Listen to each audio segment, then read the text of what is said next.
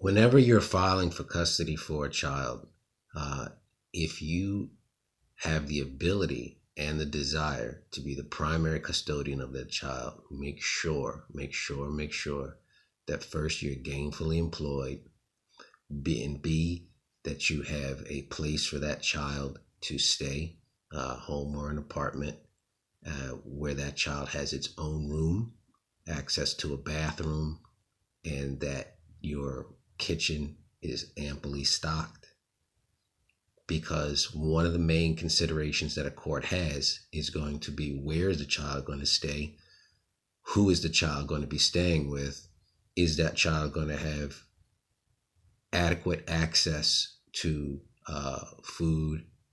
peace of mind in terms of doing homework, possibly having friends over, so on and so forth.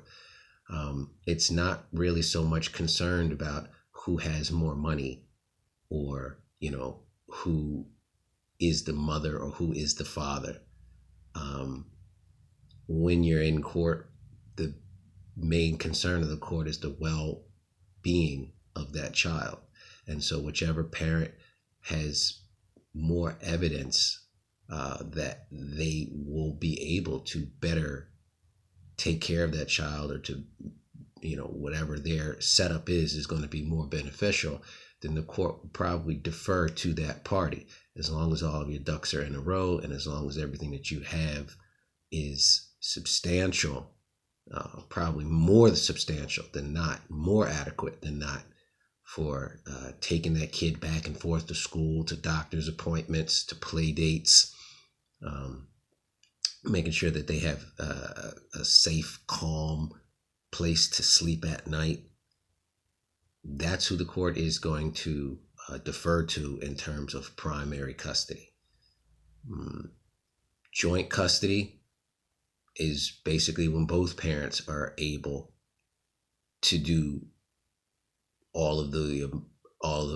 aforementioned, and have all the things that were mentioned earlier also, have access to all of that. You have to have the ability, the freedom, the time to take a kid to school, to pick a kid up, to take a kid to the other party's house if they have partial custody, to take a kid to the other relative's house, whether or not you like the other relatives. If, that kid has a good relationship with those other relatives,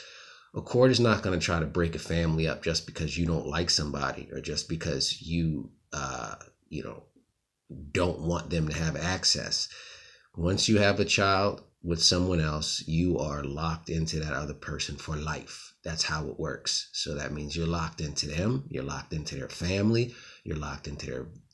vacations and habits, and so on and so forth, especially if that child is accustomed to that, because no one wants to make a child feel like they're disenfranchised from people that they love or care about because you have a chip on your shoulder.